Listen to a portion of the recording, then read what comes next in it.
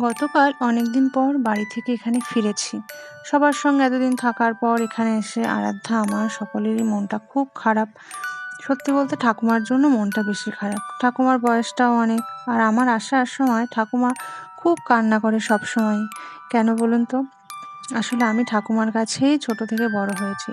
মা-বাবা সবাই ছিল, আমরা জয়েন্ট ফ্যামিলি। কিন্তু ঠাকুমার কাছেই আমি বেশিটা সময় থাকতাম। খেলাধুলো, ঘোরাফেরা এগুলো ঠাকুমার সঙ্গেই বেশি করতাম। এইজন্য আরো বেশি খারাপ লাগে। হাসব্যান্ড বাজারে যাবে, এমন সময় এখানে খুব বৃষ্টি। বৃষ্টির জন্য বেরোতে পারল না। তাই ব্রেকফাস্টে আমাদের জন্য করে নিয়েছিলাম ওই একটু চা, বিস্কিট আর মুড়ি ছিল। আর আরাধ্যা তো ওইগুলো তেমন কিছু খায় না। তাই ওর জন্য আবার এখানে একটু গোলা রুটি বানিয়েছি। আর দুপুরের জন্য আবার এখানে ভাত বসিয়ে দিয়েছি। ভাত, আর ঘরে ছিল ডাল, সঙ্গে ছিল মাছের একটু তরকারি করে নিয়েছিলাম। এই ছিল আজকে আমাদের দুপুরের লাঞ্চ।